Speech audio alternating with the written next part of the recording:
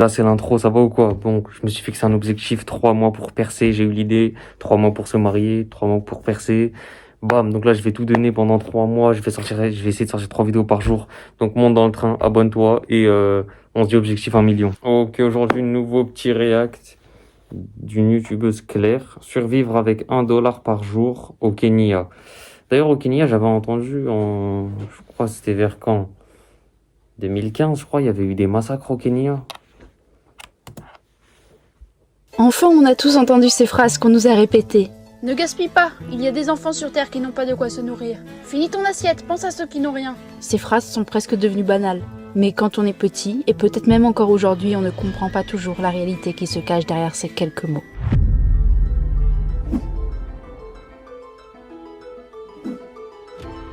Cette nouvelle quête m'a menée jusqu'au Kenya. Ah, regardez. Ah, attendez. Cette nouvelle... Regardez, au Kenya, ils conduisent à droite et ils parlent anglais. Et je crois que dans le passé, ils se sont fait coloniser par les Anglais. Et c'est pour ça, d'où le fait qu'ils parlent anglais et tout.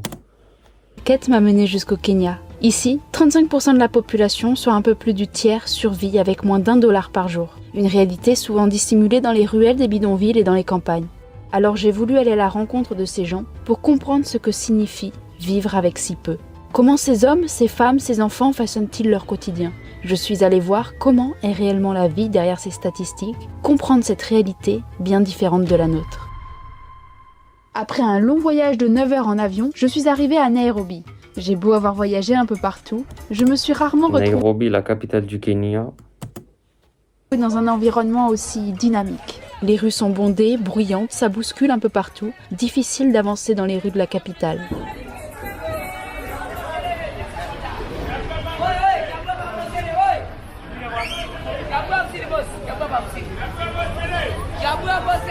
J'ai fait un détour par l'un des marchés de Nairobi. J'y découvre toutes sortes de fruits et légumes jusque-là inconnus pour moi.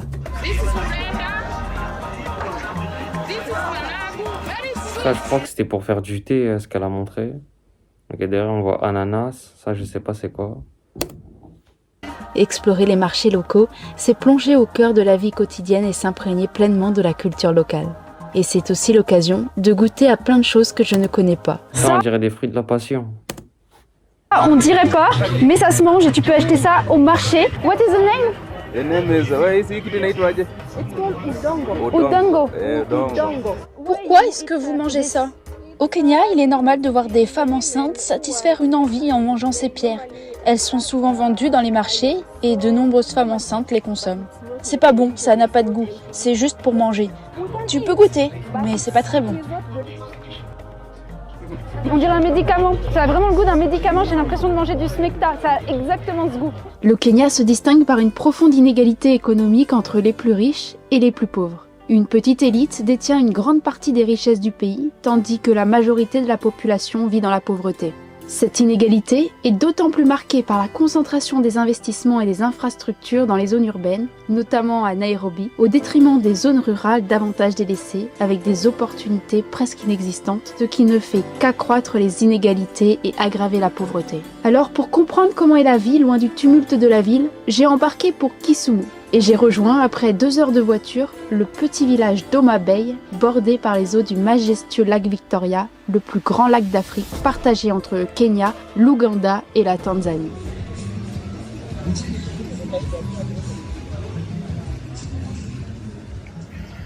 Le lac Victoria est surtout célèbre pour être la principale source du Nil, le plus long fleuve du monde. Mais c'est surtout un lac vital pour les communautés locales qui dépendent de lui pour la pêche, l'agriculture et l'approvisionnement en eau. Ouais, d'ailleurs, en plus, j'avais fait en histoire, retrace l'histoire de tel pays. Et du coup, comment ils faisaient pour vivre à leur début, et tu sais, Et du coup, je me suis dit, eux, c'est sûr, ce qu'ils faisaient, tu sais, ils survivaient par la chasse et la pêche. C'était sûr. Et ça, c'est un truc universel, la pêche, jusqu'au jour d'aujourd'hui. Mais les plus anciens faisaient ça. Et les plus anciens aussi faisaient de la chasse, et on en fait encore aujourd'hui.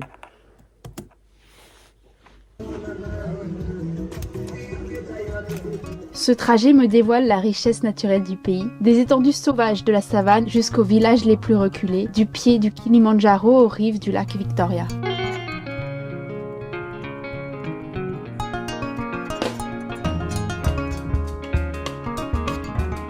je me trouve à Ouma Bay, un petit village à côté du lac Victoria. Aujourd'hui, on va rencontrer les villageois qui nous accueillent avec de la musique et des danses.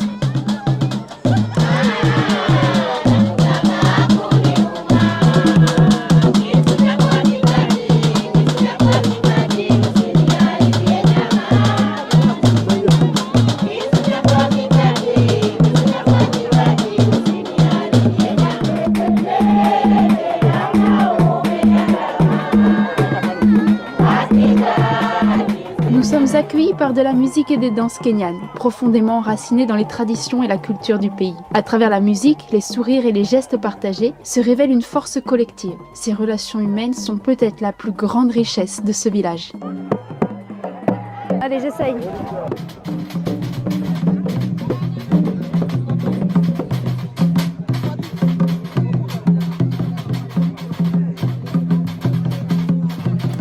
Ça, moi, je me rappelle en cours de musique, donc c'était au collège la musique.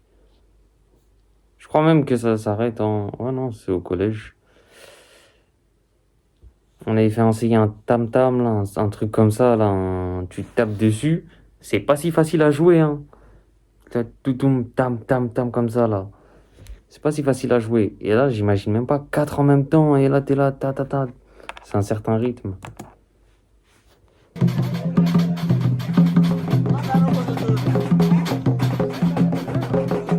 Après avoir dansé et chanté, un match de foot est annoncé. Tout le village s'attroupe pour y assister. Le football est le sport le plus populaire au Kenya. S'il est si populaire, c'est parce qu'il est accessible, crée du lien social et offre un échappatoire aux difficultés du quotidien. Mais quelles sont ces difficultés Tu rencontrées vois, par par les... exemple, malgré la pauvreté, tu les vois tous unis. En tout cas, de ce qui apparaît, on les voit tous unis. Ils parlent entre eux malgré la pauvreté. Là, tu te dis, ça se trouve que si Allah il leur avait donné la richesse ou quoi, ça se trouve, ils se seraient divisés entre eux, ils se seraient détestés et tout. Donc des fois, tu te dis, c'est un mal pour un bien. Enfin, non, tu te dis, des fois, tu penses que c'est un mal, mais c'est un bien plutôt. par les habitants. Pour le savoir, je leur ai posé quelques questions. Je m'appelle Aïcha. J'ai 25 ans. Je vis à Kindu. Attends, elle a dit Abdurrahman, attends. Je m'appelle Aïcha. J'ai Aïcha Abdurrahman.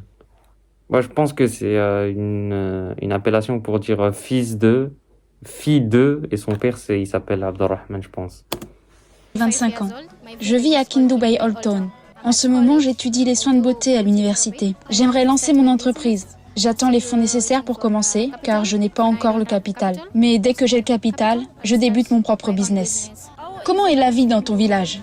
Dans mon village, la vie est dure. Nous essayons de manger chaque jour, mais parfois, c'est difficile. Oui, c'est compliqué. La vie est faite de défis, mais nous devons les affronter.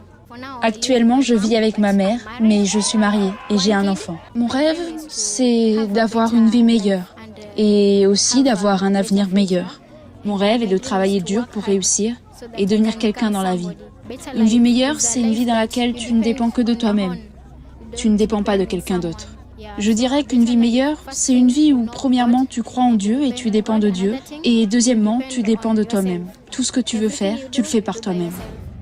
Nous sommes ici avec toute l'équipe Life pour une mission d'aide alimentaire visant à soutenir les familles les plus nécessiteuses par le biais de distribution alimentaire. Nos partenaires locaux faits sur place ont établi au préalable Ah, un ok, listing. elle est venue en voyage humanitaire. Je pensais qu'elle était venue toute seule, vlogueuse.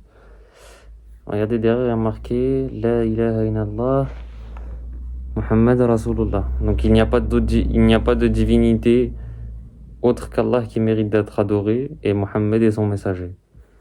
C'est l'attestation de foi. Listing, eux ont connaissance des besoins qui ont été recensés sur place. À partir de ce listing-là, on distribue des cartes aux bénéficiaires.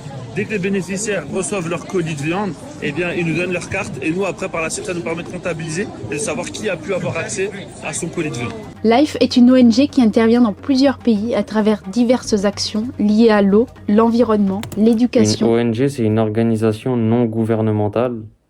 Donc, c'est-à-dire, par exemple, s'ils vont aider un pays, ils le font avec leur propre argent, propres moyens, ils font des cagnottes pour ça. C'est de l'entraide entre citoyens, quoi.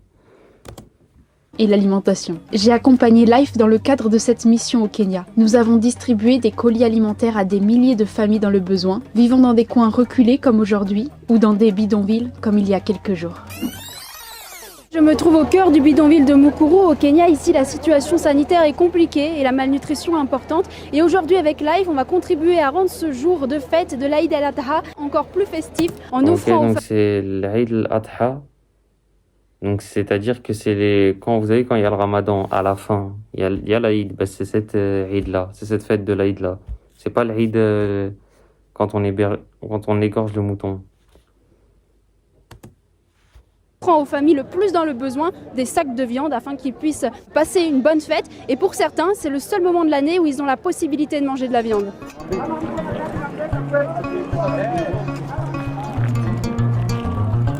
Mais je sais pas, d'habitude ils sont grave contents, ils ont des sourires et tout. Là, je sais pas, on dirait ils sont aigris. Je sais pas, il y a un truc bizarre là. Peut-être c'est les caméras, elles sont gênées, mais d'habitude très souriantes, très... je sais pas. Puis nous sommes allés dans le village pour rencontrer ceux qui n'ont pas pu se déplacer.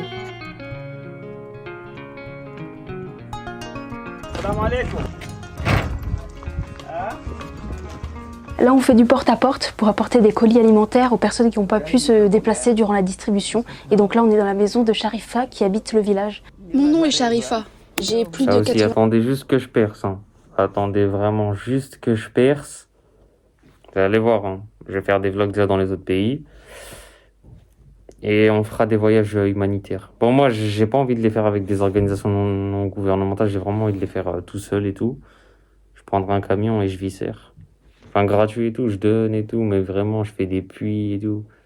Après, je dis ça se trouve, quand tu auras l'argent, tu vas devenir le pire des pires. 90 ans, je ne sais plus exactement. Mon mari est mort il y a longtemps. Avant, j'avais un petit business, je cuisinais des pâtisseries et je les vendais. Certains de mes enfants sont morts. Il me reste 2 filles. Elles sont mariées et vivent un peu plus loin. Je passe mon temps seul, ici, parfois avec une de mes filles. La vie est difficile. Si tu as un petit business, tu peux subvenir à tes besoins. Ici, si tu n'as pas de business ou que tu arrêtes, il faut que tes enfants ou tes proches t'aident. Maintenant, je suis malade, mais Ouais, je ne c'est vois ça, par exemple, nous en France où il y a la retraite et tout, dites-vous, dans des pays, il n'y a pas d'aide. Il n'y a pas d'aide, il n'y a pas de retraite, c'est... tu travailles, tu as de l'argent, tu travailles pas. Et c'est pour ça que même si on regarde TK78, il le disait avant qu'il commence à partir, que ça devienne un pédo. Il le disait avant, vers 2014, 2015, il disait la chance qu'on a d'être en France, et il disait il y a des taxis, dans certains pays, ils travaillent jusqu'à 80 ans. Il a le dos cassé comme ça et tout, il travaille, il a pas de retraite. Parce que voilà, il n'y a pas d'aide, il va jusqu'au bout et sinon il n'y a pas d'argent. Et du coup, il est obligé de le faire. C'est très touchant ça. C'est vraiment un bienfait qu'on a d'être en France. Je ne vois plus. Le matin, je me réveille, puis je m'assois ici, toute la journée. Quand ma plus grande fille fait à manger, elle m'en ramène un peu ici. Chaque jour, c'est comme ça. Je ne fais rien d'autre. Je reste assise toute la journée. J'apprécie beaucoup votre visite aujourd'hui. Vous avez trouvé la porte, vous l'avez ouverte et vous êtes entré à l'intérieur. Personne ne vient me rendre visite. Je suis heureuse d'avoir de la visite. C'est pour ça, moi, je me dis, quand même, je consacrerai beaucoup de mon temps pour les voyages humanitaires, quand même. Ça, c'est... Tu sais, il y a des personnes comme ça, tu sais... Il y a personne qui les visite et tout. Et même si elles ont de la famille, tu sais... Ta famille peut pas te rendre visite tout le temps, tu vois. Surtout, par exemple, là, c'est des filles. Elles sont parties habiter chez leur mari. Et forcément, elle a une vie de mariée à gérer. Donc, elle aura 1000 fois moins de temps pour sa mère. Je vais prier mon Dieu pour qu'il vous protège et vous donne du bien. Vous trouverez ici de la nourriture offerte par l'association Life. Quand votre fille viendra, il y aura de quoi préparer à manger. Derrière moi, on a le village d'Oma Bay. Ici, les Par maisons contre, sont j'aimerais toutes bien savoir ce qu'il y a dans les sacs. Depuis tout à l'heure, on les voit que comme ça. C'est quoi? Il y a quoi dedans? simples, construites de terre et d'un toit en tôle. L'intérieur est également très simple avec juste ce qu'il faut pour vivre au quotidien. De l'autre côté, il y a des fermes. Cet homme élève des vaches. L'agriculture, tout comme la pêche, est une activité vitale pour les habitants de la région. Je m'appelle Nasser Aïssa. Je suis l'un des imams de cette communauté. La vie n'est pas très bonne ici parce qu'il n'y a pas d'entreprise pour fournir de l'emploi. Il y a un lac à côté, donc les gens vivent de la pêche. Ils pêchent et vivent de l'agriculture. Il y a des fermes de l'autre côté. Mais il n'y a pas d'emploi dans des entreprises ou pour des postes publics dans les environs. Beaucoup de gens ici sont pauvres et malgré ça, ils nous accueillent avec le sourire. Ils croient en Dieu et ils acceptent leur situation parce que c'est Dieu qui a donné aux gens des vies différentes. Alors il faut l'accepter. Dans le village, les maisons sont rudimentaires. Dans les maisons, il n'y a pas l'eau courante. Il n'y a ni salle de bain, ni toilette. Ici, derrière ces quelques tôles, de simples latrines servent de toilettes pour les quelques maisons qui l'entourent. Ça, c'est une méthode traditionnelle pour conserver la viande. Quand nous avons de la viande en abondance, pour ne pas qu'elle pourrisse et se perde, nous la mettons sur le toit, avec du sel. Et quand c'est sec, nous pouvons la garder pendant 6 mois et même plus. Il n'y a pas de réfrigérateur dans les maisons, donc il faut utiliser des méthodes traditionnelles. Beaucoup de gens en Afrique font comme ça. À chaque fois que nous voulons cuisiner de la viande, on prend un morceau et on le fait cuire normalement. Un peu plus loin, il y a la mosquée. Et juste à côté, le puits qui permet aux habitants de pomper l'eau dont ils ont besoin au quotidien.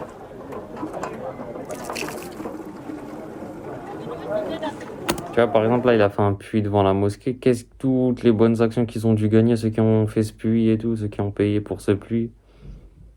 Toutes les bonnes actions qu'ils ont pris même après sa mort, tous ceux qui boivent de ce puits, ceux qui viennent faire leurs ablutions, tous ceux qui viennent nourrir les plantes avec, de nos animaux. Ah, c'est pour ça qu'il faut investir dans ça.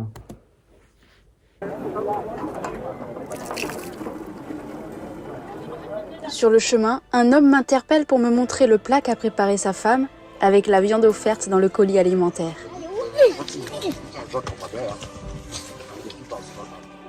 Ça, c'est de la chèvre et ça, c'est du riz.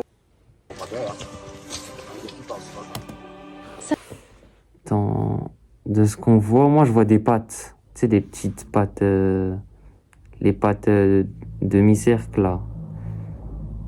Ça on dirait un œuf. Non, après c'est de la viande, on va dire. De la viande de chèvre, elle a dit. Ça, c'est de la chèvre et ça, c'est du riz. Ah, c'est du riz, on dirait des pâtes. Vous savez, les petites pâtes comme ça là. Façon demi-cercle. C'est vraiment très bon. Les coquillettes. Cette maison, beaucoup plus sophistiquée et moderne, est celle du chef du village. Il nous a conviés à partager un repas traditionnel kényan dans sa maison. C'est copieux et vraiment bon. Cette femme prépare les chapatis devant la maison. Ces pains plats accompagnent les repas au quotidien. What do you cook? Le chapati, c'est un peu la base de l'alimentation ici au Kenya. C'est une sorte de pain qui se mange avec tous les plats ici. Bon bah je m'en sors plutôt pas mal. Il ne reste plus qu'à passer à la cuisson. Je propose de l'aider à préparer les chapatis. Elle me montre comment faire. C'est plus technique que ça n'y paraît. C'est chaud. Nous nous rendons ça, chez c'est une... vrai, ça, là, tu vois, là, t'as vu comment tu l'as vu faire le pain chapatis? Tu te dis c'est facile, fais-le. Tu vas te cramer les doigts, tu sais, c'est compliqué de ouf. Une autre femme qui n'a pas pu se déplacer. Nous allons la rencontrer chez elle. Mon nom est Zora. J'ai 70 ans maintenant.